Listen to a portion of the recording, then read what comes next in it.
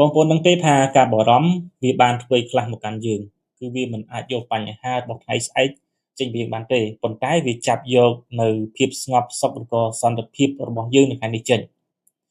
ដោយលោក Jim Rohn បានហៅការបារម្ភថាជាជំងឺមួយក្នុងចំណោមជំងឺ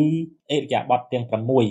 អញ្ចឹងគាត់បាននិយាយថាការបារម្ភគឺដូចជាអីដែលយល់អញ្ចឹងយល់ទៅយល់មកធ្វើឲ្យយើងរវល់គិតនឹងអត់បានទៅដល់ឬក៏បានដោះស្រាយជាដងកំពូលនេះអញ្ចឹងហើយពេលខ្លះនោះគឺយើងបារម្ភចំពោះរឿងអ្វីដែលវាមិនបានកើតឡើងផងដែរអញ្ចឹងយើងចំណាយកម្លាំងអត់អំពើទៅគិតអំពីអ្វីដែលមិនទាន់បានកើតឡើងអញ្ចឹងយើងគួរយកពេលវេលាគិតអ្វីដែលជាការល្អសម្រាប់យើងវិញអញ្ចឹងណាអញ្ចឹងនៅពេលយើងបារម្ភយើងត្រូវសួរខ្លួនឯងថាតើរឿងហ្នឹងតើយើងអាចគ្រប់គ្រងវាបានអត់បើគ្រប់គ្រងវាបានយើងគួរតែធ្វើអីមួយដើម្បីដោះស្រាយវាបើសិនបើយើងគ្រប់គ្រងមិនបានទេឈប់បារម្ភវាអត់ប្រយោជន៍អញ្ចឹងជីវិតរបស់យើងគឺខ្លីណាស់យើងគ្មានពេលនៅក្នុងការរស់នៅជាមួយពាក្យបើសិនបើអញ្ចេះបើអញ្ចោះទេអញ្ចឹងយើងគួរតែជំនួសឲ្យពាក្យបារម្ភ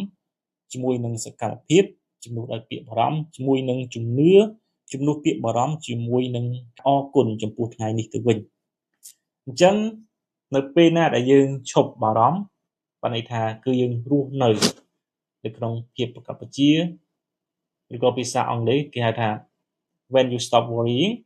we start living